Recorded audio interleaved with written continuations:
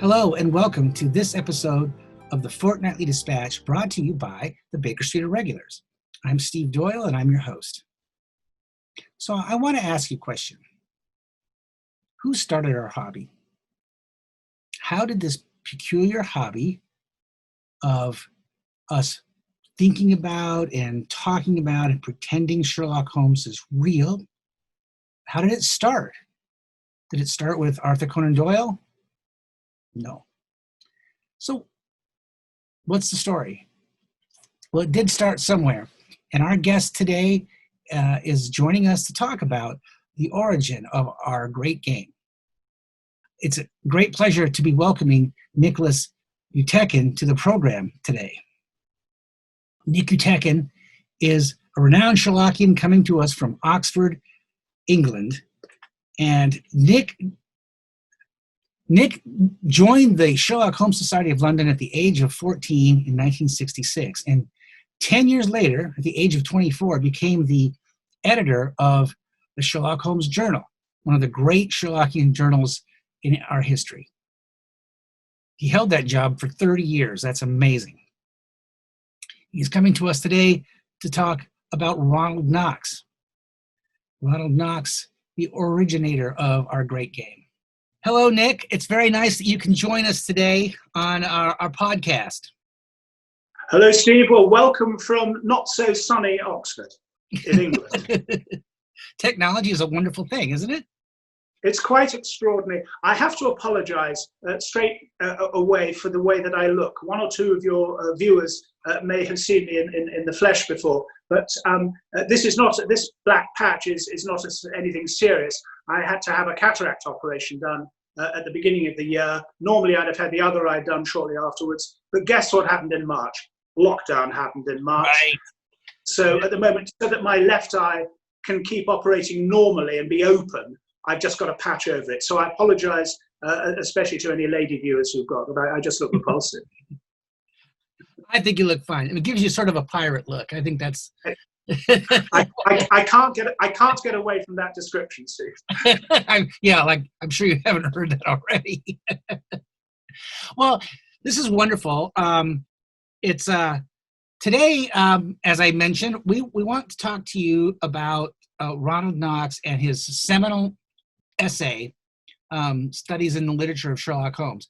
Actually, I know that was not even the original title, but we're going to fall all the way back. So, can you tell us a little bit about Ronald Knox and who he was, and because I think he's a pretty interesting person. Oh, he is absolutely fascinating. And in fact, Ronald Knox, I think for a majority of people outside our Sherlock Holmes field, will know him as a translator of the Bible, as a theologian, as an extremely impressive scholarly writer on matters of faith. But for our purposes, he had the most wonderful middle name to start off with, Ronald Arbuthnot Knox. Couldn't really be more English. He was the youngest. It sounds like a name out of Lord Peter Wimsey or something, isn't it? He was born in 1888. He was the youngest of 7 children, and was terribly bright from a very, very early age. There's a reminiscence by someone that apparently at the age of 4, he was overheard saying almost to himself, "I always dream or think of the past." So we're on to something, not just a normal kid who's kicking around. He came from a relatively well-off background. They were able to send him to a prep school, which in English school terminology is a private primary school. So you pay fees. That was at Summerfields in Oxford. And then that was a feeder school, as we call them over here, for Eton. And he went up to Eton. He got a scholarship to Eton, and then from there progressed and got into Oxford, again on a scholarship, to read what was called by Oxford then greats, and that actually means the classics. That means Latin and Greek. not just the languages, but all the literature, etc. And he went up to Balliol College in Oxford, one of the colleges. In fact, it's right next door to Trinity College, which is going to be mentioned, I think, somewhere along the line in this story. And he was tremendously successful in the Oxford of those days. He won prize after prize, extra scholarships. He rose up through the Oxford Union. Now, the Oxford Union was, and still remains, a private debating society. And it is especially famous through the years for politicians want to sort of learn their trade. So they spend an awful lot of time in the Oxford Union. And Ronnie Knox ended up as president of the Oxford Union. He also apparently had a most wonderful way of delivery of speeches, and he was very fast on his feet in debate. Balliol reads great and then decides he wants to keep an academic career, if that's the right word, going. And he becomes a probationer fellow of Trinity College, Oxford, in 1910. So what does it mean to be a fellow? Oh, a fellow means a don. A fellow means a teacher. So undergraduates are the students. They attend and they are taught by dons. And very often it's forgotten. Oxford University then, as now, is not a campus university. So any tourist who ever comes to Oxford and says, can you tell me where the university is?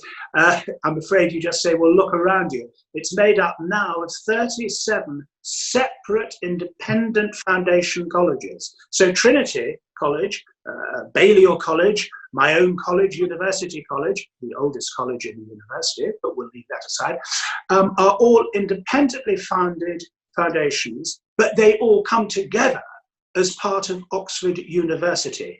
So Ronald Knox was a probationary fellow and later chaplain at fellow of Trinity College, which means that he would have started to teach students not only at Trinity, that's where his job was, that's where his room was, that's where he would have had dining rights. And by the way, I have to say he in those days, they were all, in 1910, 1911, they were all male colleges, but that's the way it was. But also you will then have students coming to you from other colleges, so you become a university teacher as well as a college teacher. I hope that's not too complicated, but that's what a fellow basically was. Yeah. But it was already aiming towards the religious end of things, and in the end became a chaplain at Trinity College. The Oxford in those days was a very privileged life. It's almost a golden age. I mean, we're 4 years away from the beginning of the Great War, which has its own sort of slight relevance to the Knox story. It was gilded youth. You were privileged when you went up there. My grandfather went up to Oxford University in 1914, so only literally 4 years after Knox was at Trinity College. My grandfather was able to keep a horse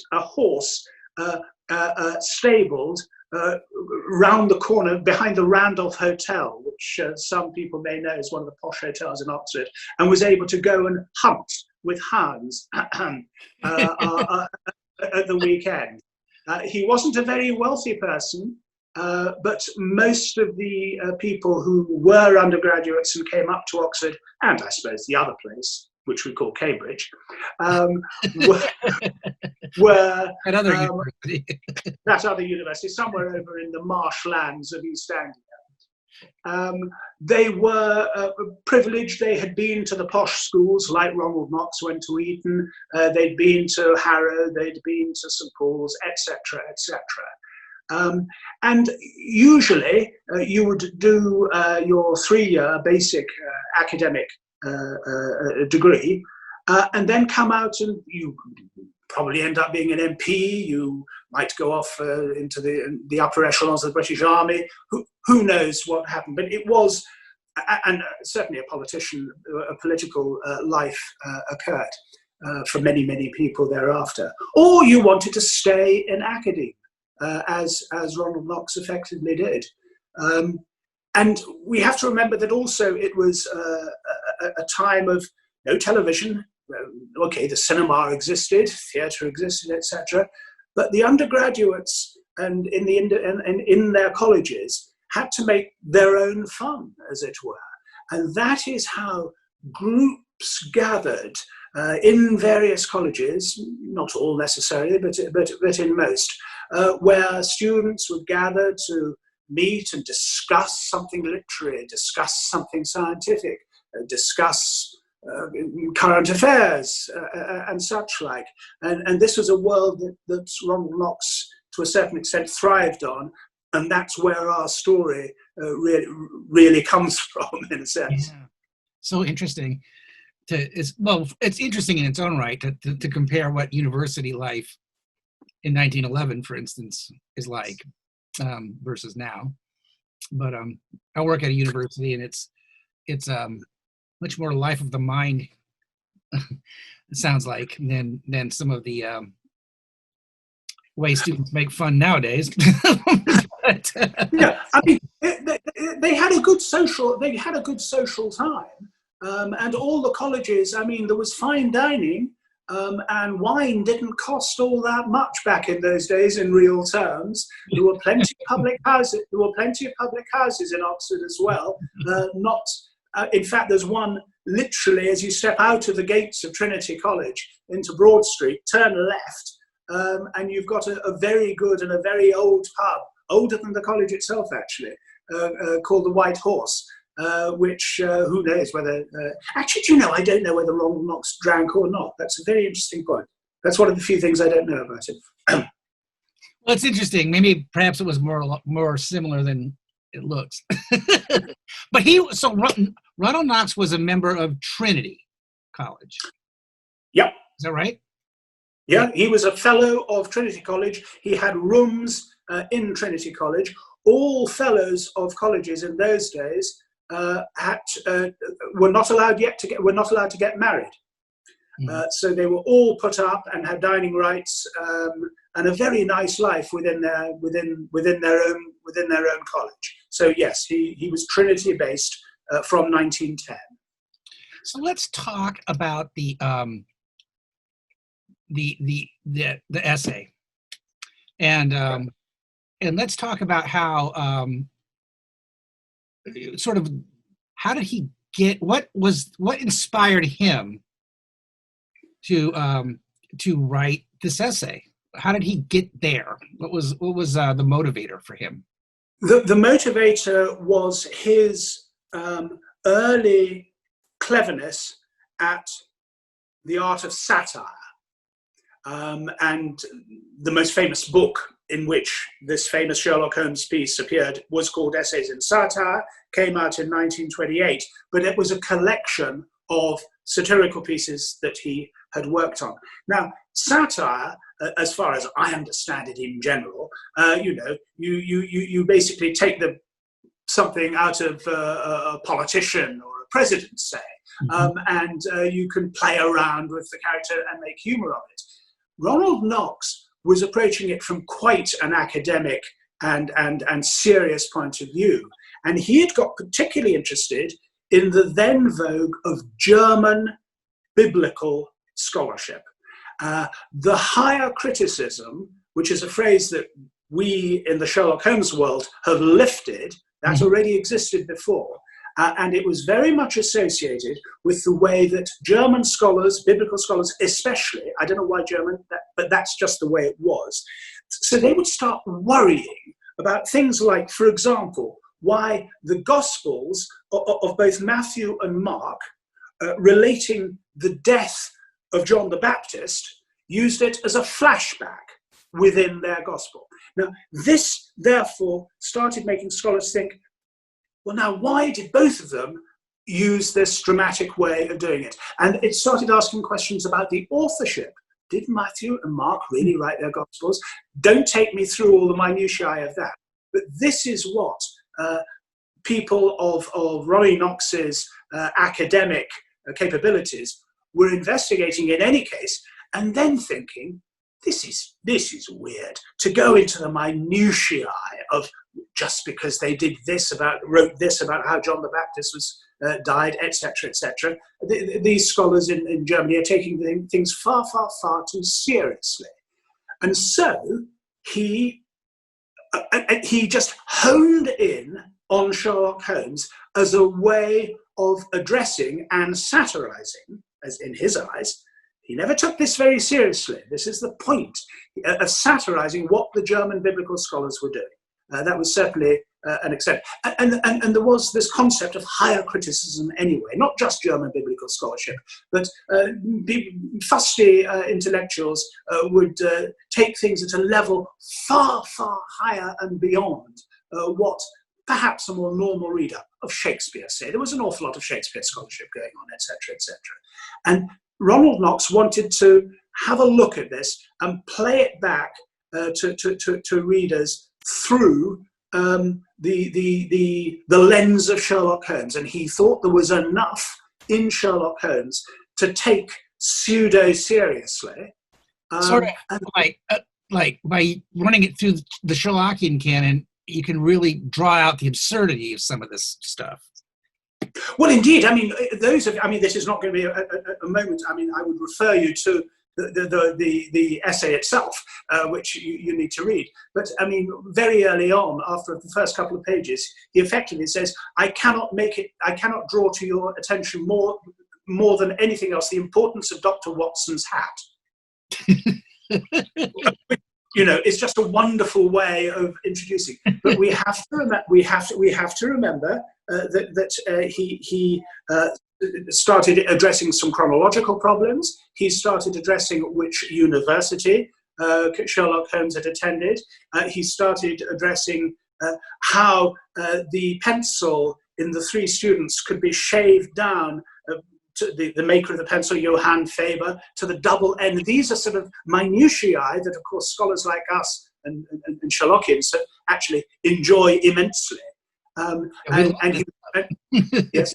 And so he what he did was, in this clever way, never thinking of it, he raised all these items that have since become staples of the game that we have played. There's a very good quote, which is apropos, if I may. It's one of the most famous quotes, of course, in our world, which is what Dorothy L. Sayers said in essays in her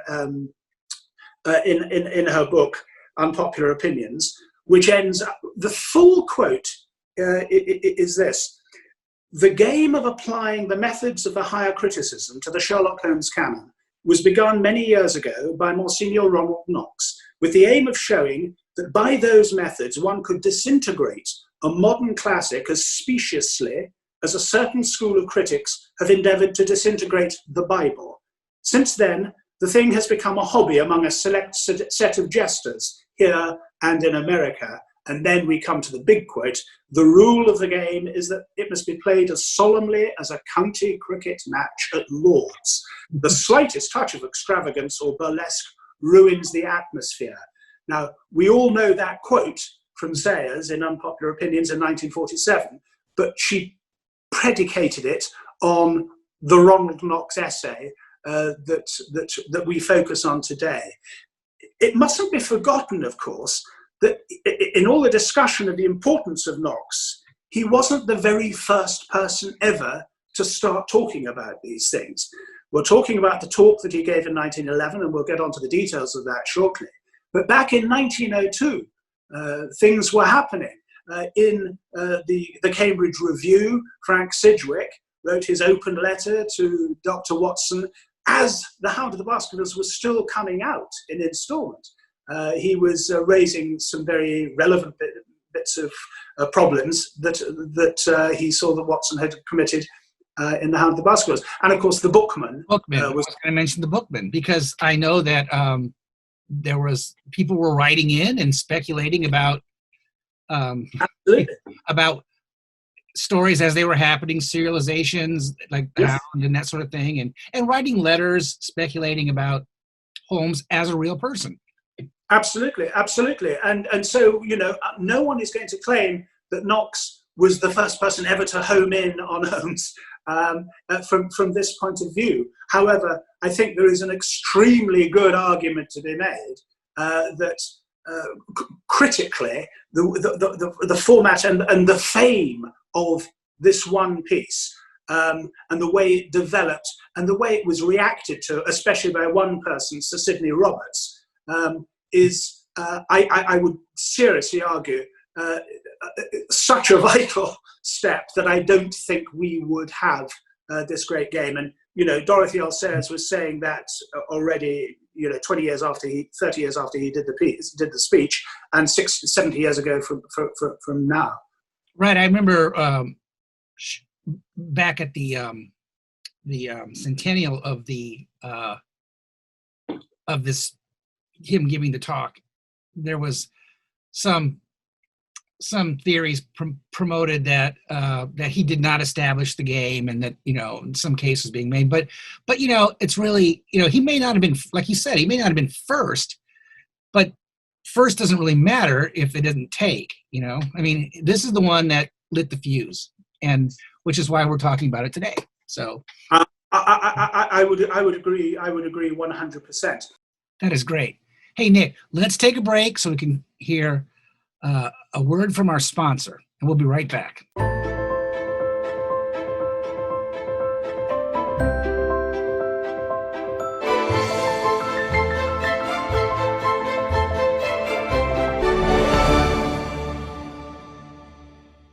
All right, so we're back.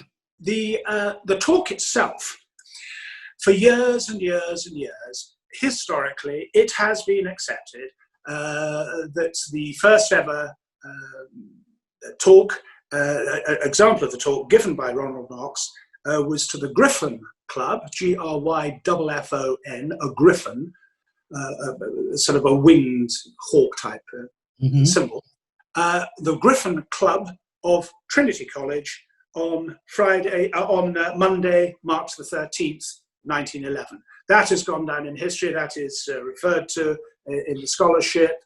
Mike, you wrote the 2010 Christmas Annual, which I have a copy right here, and which you outlined the history of the essay, and when you wrote this, that was the history that was the first talk, Griffon Club. Yeah, it was the accepted. I mean, I wasn't the first person to come up with that. That was established history. It was just in the consciousness that it was on Monday, the 13th of March, when it is recorded that he gave a talk entitled "Studies on Sherlock Holmes." So this is where the fun bit of scholarship turns up. We were about to publish that Christmas Annual, the 2010 Christmas Annual, which of course you publish, when at the very last minute I received an email from our editor, Stephen Rothman, to say, hang on, we've got a bit of a problem here. To the extent that he had been mulling over something, he wanted to check something in Andrew Lycett's biography of Arthur Conan Doyle.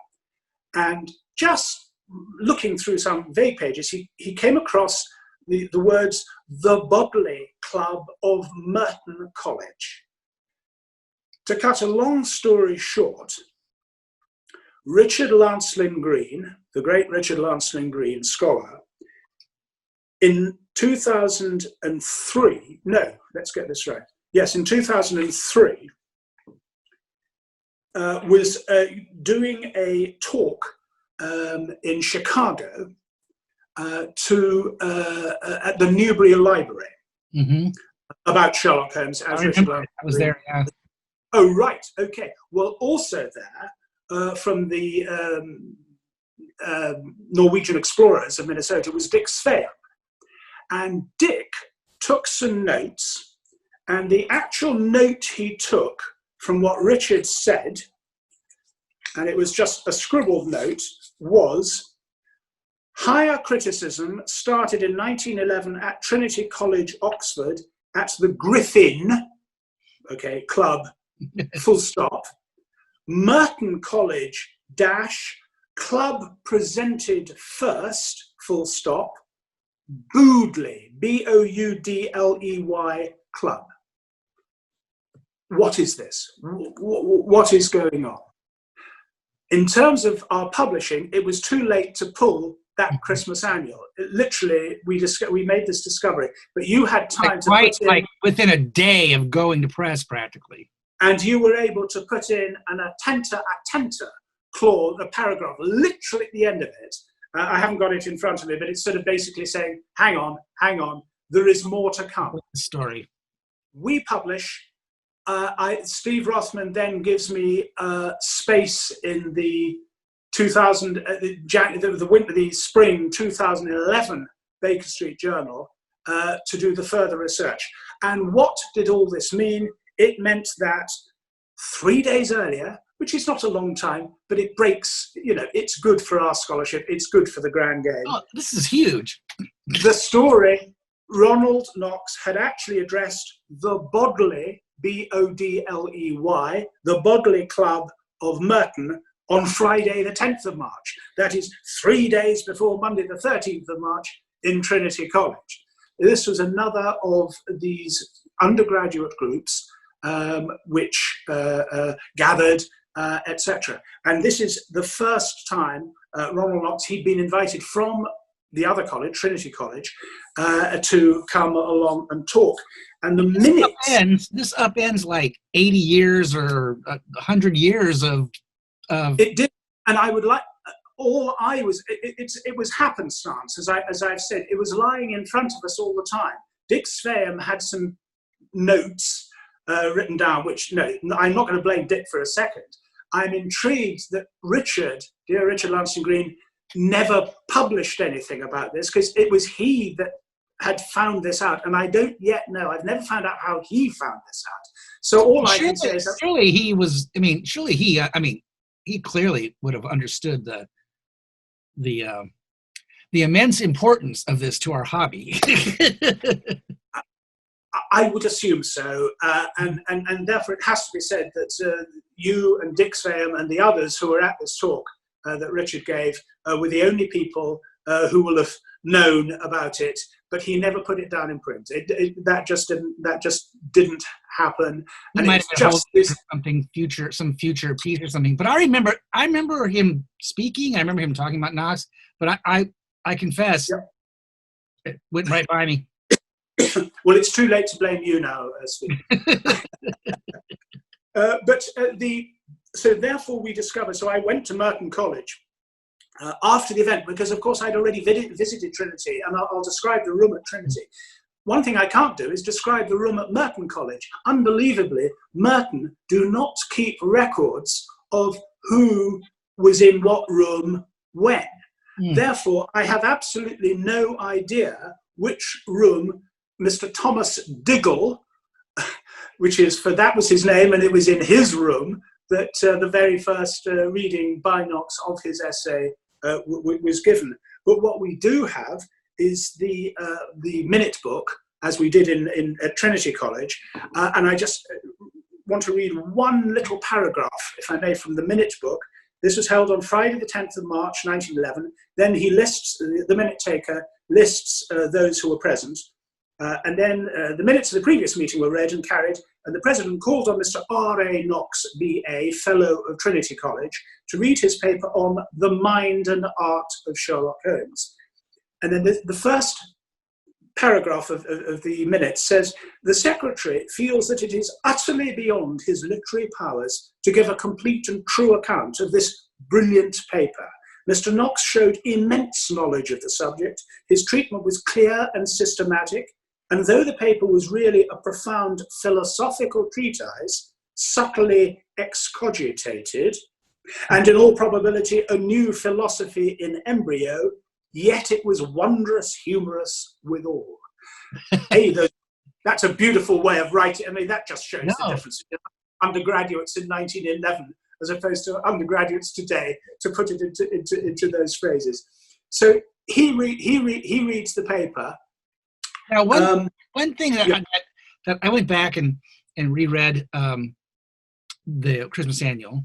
One thing that really struck me was the how extensive an account in the minutes, not only of the paper, but the conversation that was sparked following the Ronald Knox giving the paper. I mean, they seem to sit around and have the kind of Sherlockian debate that we would have today.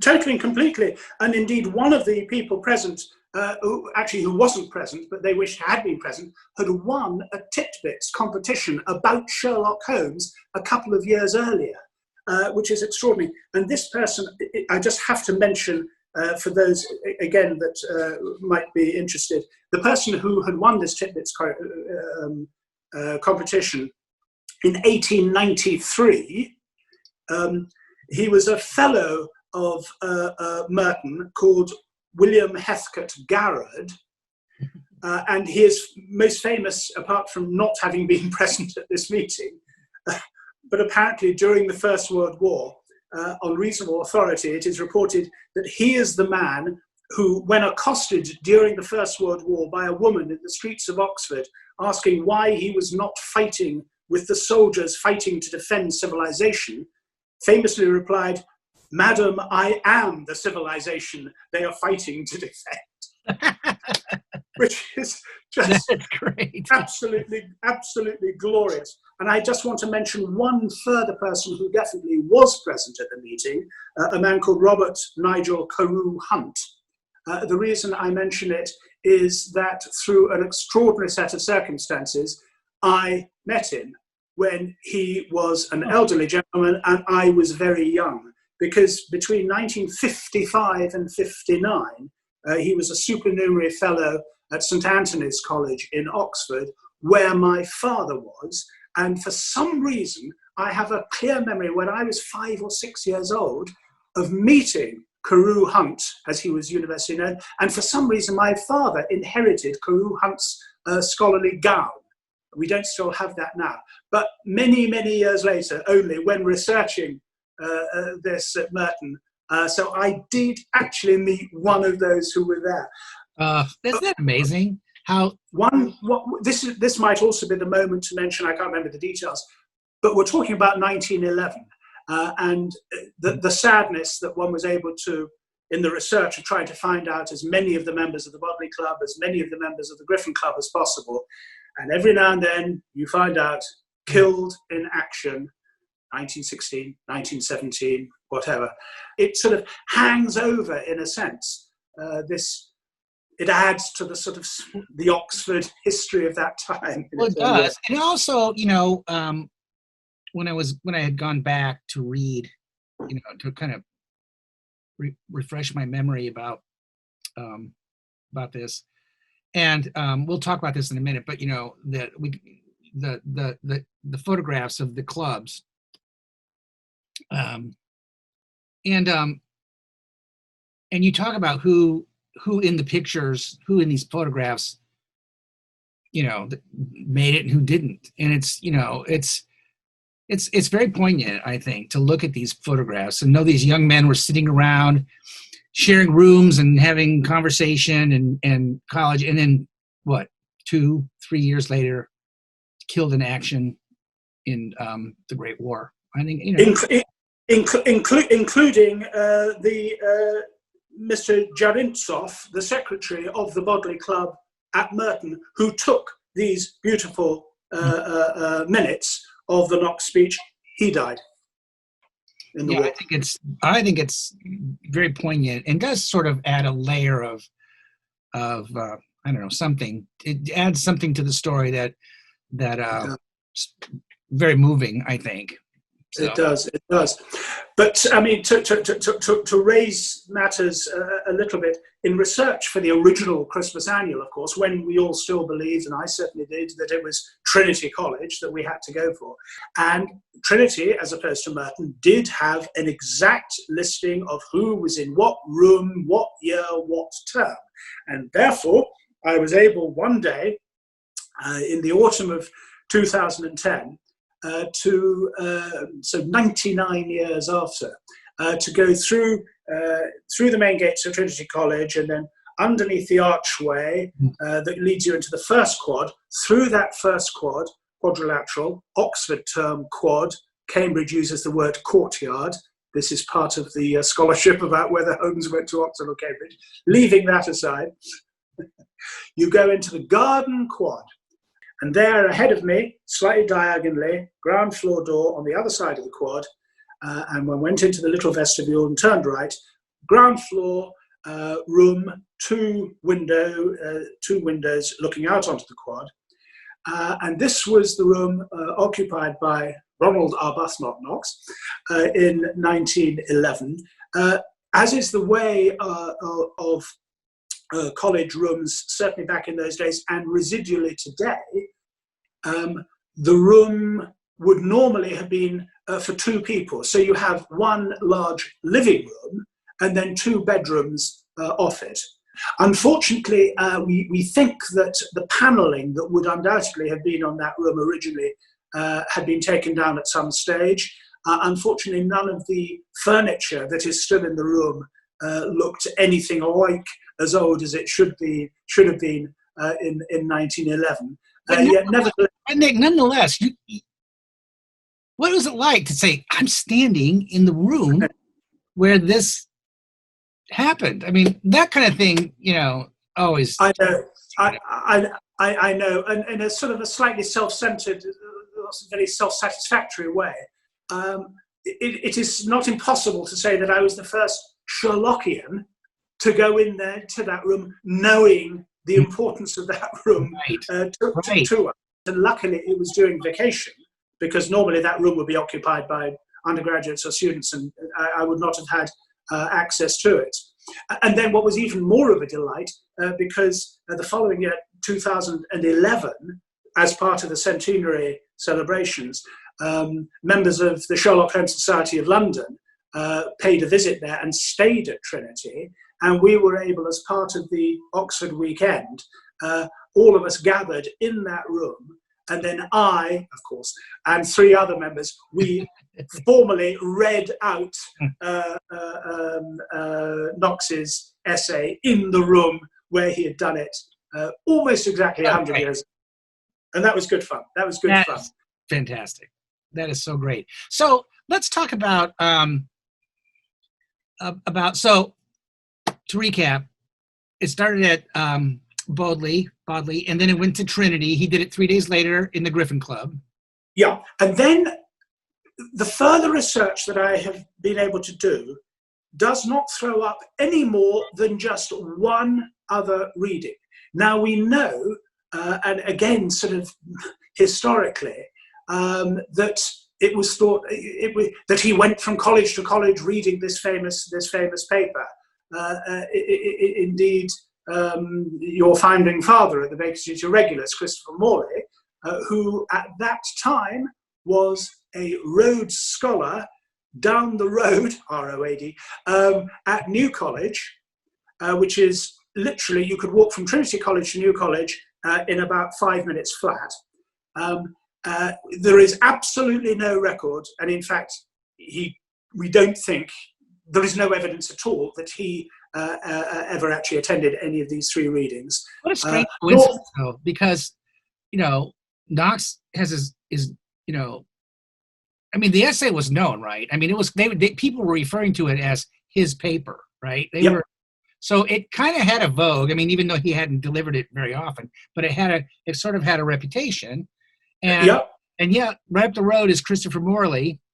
We know his affection for Sherlock Holmes, and yet we don't think he heard it. We don't. Yeah. Nevertheless, he says that Knox went from college to college. Another rather well-known irregular to be was also a Rhodes Scholar in Oxford at the time. That was Elmer Davis, and he was at Queen's College, a little bit further away. But we're fairly sure that he didn't hear it either. No, my research is done. Actually, as it happens, in Claire Hopkins, the archivist at Trinity, in the archive room, I went through pages and pages and pages of another university journal, and we were able to find suddenly the eureka moment that here at last was the third place that it was delivered. Some months later, Sunday the 5th of November, same year, 1911, and this time to the Essay Club at Keble College. And it was under another title as the records of the minutes there. This time it was the Higher Criticism of Sherlock Holmes. So just to remind you, Friday the 10th of March, Bodley, The Mind and Art of Sherlock Holmes. Monday the 13th of March, The Griffin, Studies on Sherlock Holmes. And then 5th of November at Keble, The Higher Criticism of Sherlock Holmes. Same paper, different subjects. Presumably, Knox told them what it was going to be about, or announced, read a heading, and he was changing his mind all the time. Those are the only 3 occasions on which I've been able to find that he did actually read it in Oxford. Now, you know what I find really interesting? We touched on this slightly earlier, but it's to me it's more evidence that that this paper was the spark for our hobby, for what we do, and how we see, and it established the lens, I think, that we look at our game through. Knox is a theologian. He's satirizing this sort of school of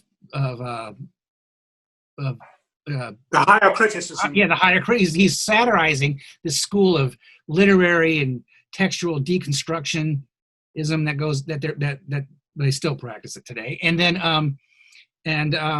and he's applying, and he's applying it to Sherlock Holmes. And it cannot be a coincidence that once this game gets rolling, it's the canon, it's the master, it's the sacred writings, it's all this stuff has, all this stuff has this sort of quasi kind of satirical, theological play to it. And I have to believe that this is because of the nature of this essay and the guy who wrote it. And there's another little tiny bit that can contribute in a sense to that, because of course what was vital is that as of 1911 this had not been published. It had only been heard 3 times, a minimum of 3 times, but we only know 3 times, at 3 separate Oxford University College meetings, gatherings.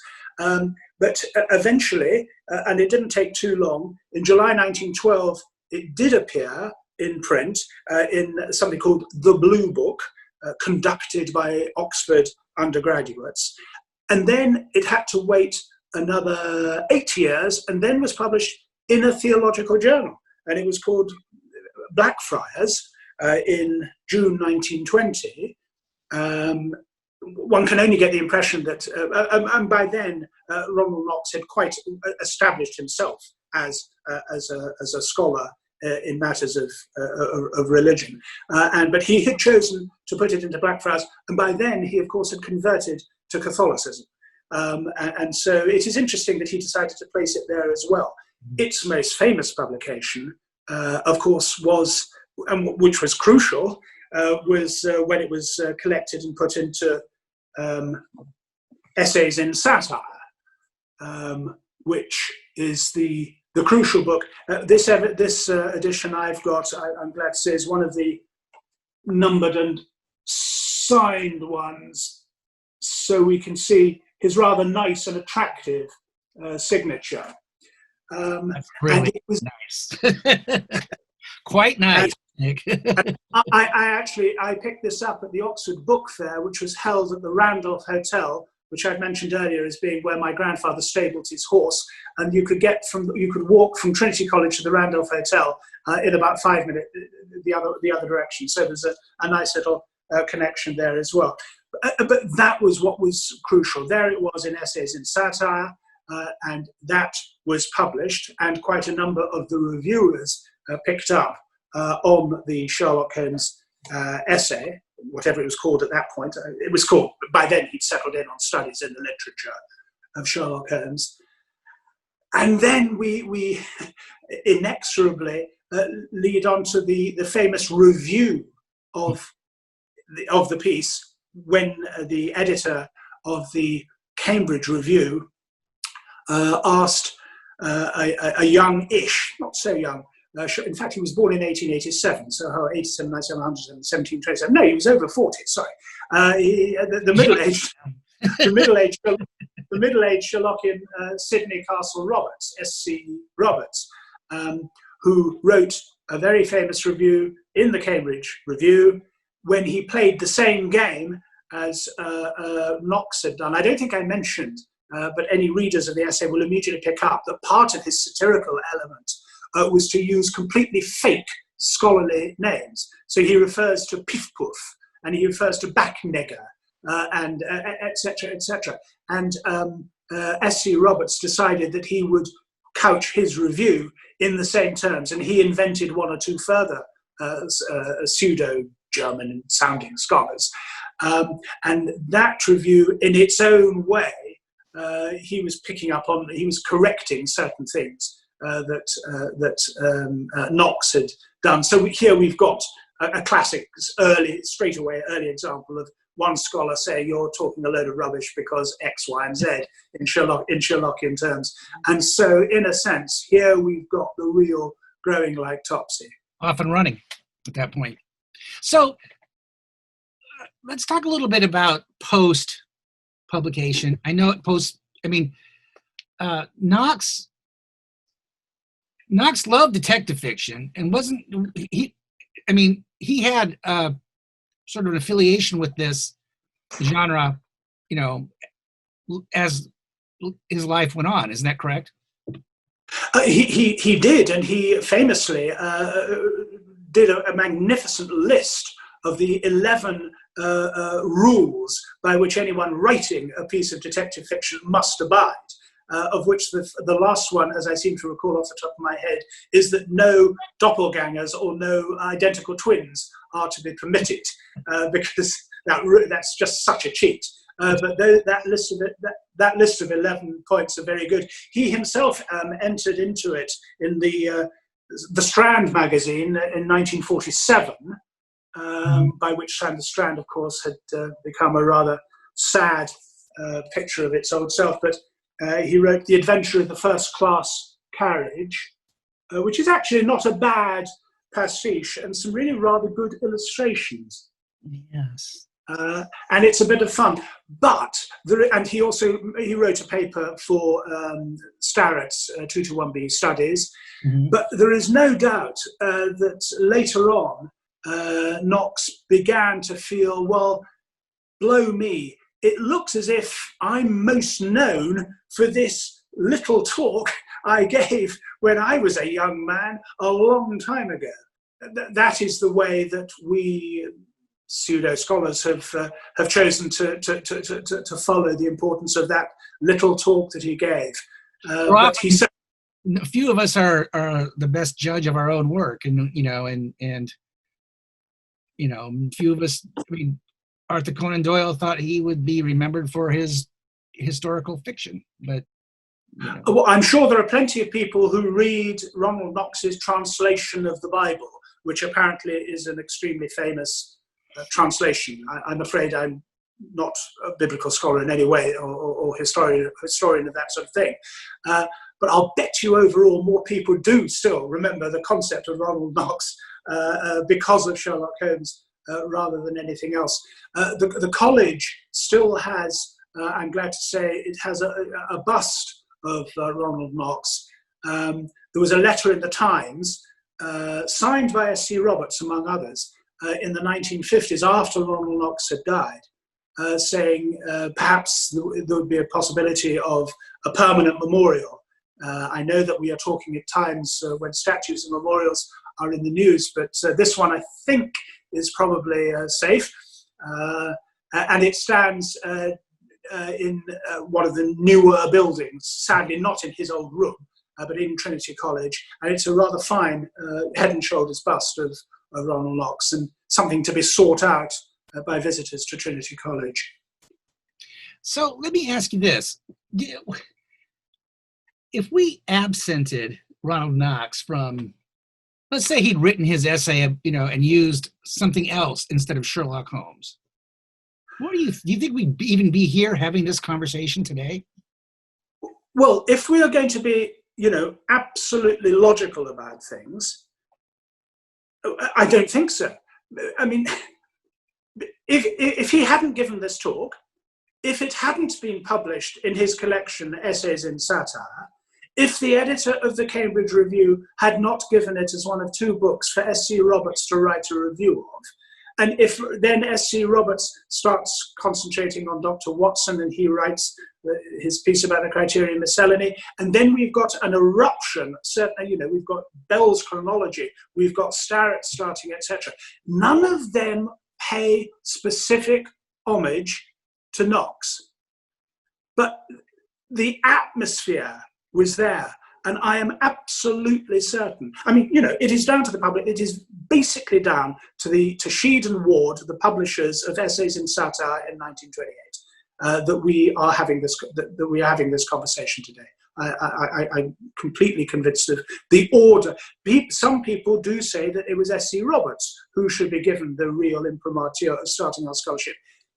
Well, no, logically, Roberts didn't. If he hadn't written the review, da-di-da-di-da.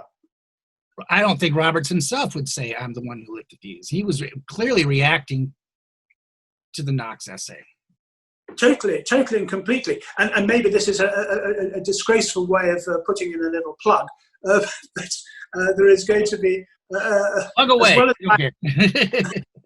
Well, having done that Christmas annual about Ronald Knox 10 years ago, in a couple of years' time, not this coming Christmas, but following Christmas in 2021, you are going to be publishing another Christmas annual penned not just by me, but by Guy Marriott and Roger Johnson, senior members of the Sherlock Holmes Society of London, about S.C. Roberts. And I mean, one has to say that the importance also, not many people read the Cambridge Review in which he wrote the review, and not many people will also have copies of this, which is a note on the Watson problem, and luckily I have it inscribed by Sidney Roberts.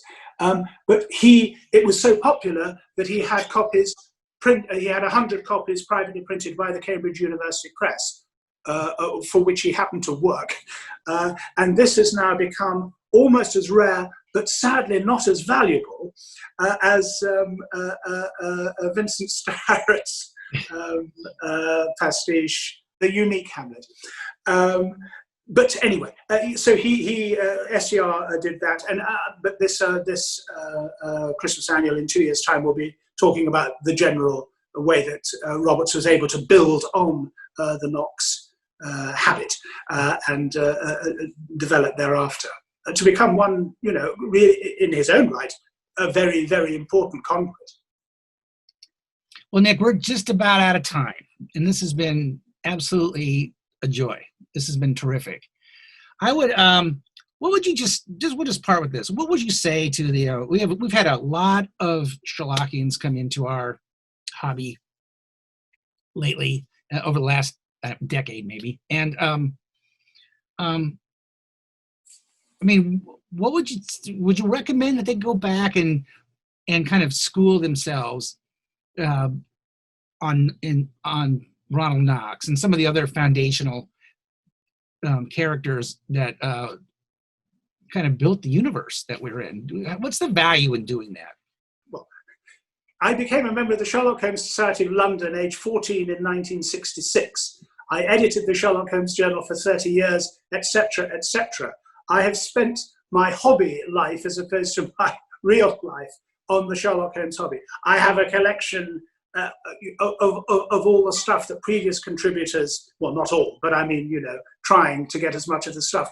I cannot say more strongly that people coming into our hobby, it's a different hobby, it's a different time from when I started in 66, and maybe when you started.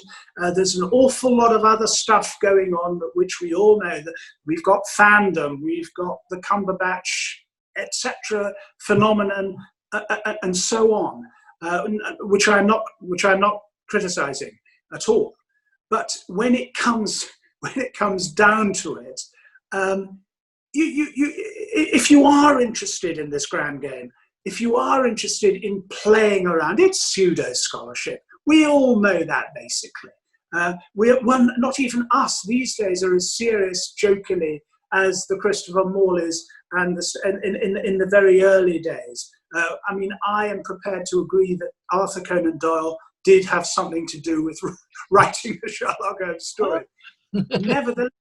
Nevertheless, at the moment, during these curious times that we are living in at the moment, this has been actually quite a good opportunity. But I just absolutely love it. To read the words and to read the way that in the early years of the 20th century and developing through the 30s, the 40s, but all from that nascent beginning. 1902, Frank Sidgwick and the Bookman, and Frank Sidgwick, in the Cambridge Review. Crucially, Ronald Knox in that glorious spring day of Friday the 10th of March, 1911, talking to people, some of whom were to be dead in 3 years' time, instigating this really quite extraordinary hobby. I think it is well worth, this is a very long answer to your question. Yes, read, go back to the pioneers. I agree with you. It's enriched and defined my entire life, my entire adult life. I mean, yeah. I think, what can one say? I mean, I'm sure I would have been just as enthusiastic if I collected Matchbox labels. It would have been something, but it's this. Anyway, Nick, we're out of time. This has been wonderful.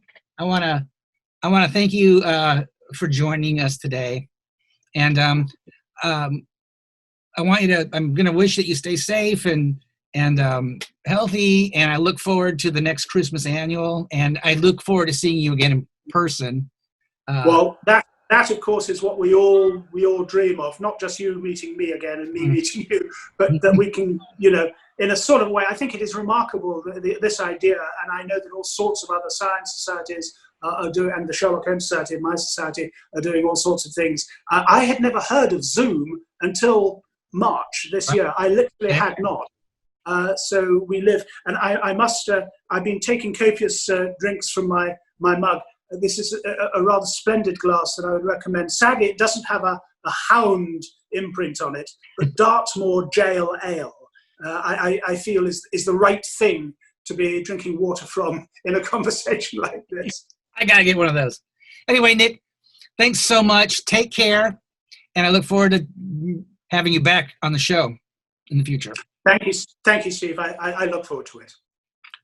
And that's it for this episode of the Fortnightly Dispatch. I want to take a moment to thank you all for your extremely generous comments. You can read them online. I'm not even going to read them to you this time because there's so many of them, and you're all so generous and helpful with your suggestions too. We have quite a list of people and topics that we want to be talking to, and some of them come from you. So for that, we're very grateful. I just want to say that stay tuned. We have another episode coming in 2 weeks, and you will not want to miss it. It's going to be it's very special. Until then, I just want to say thank you, and we'll see you then.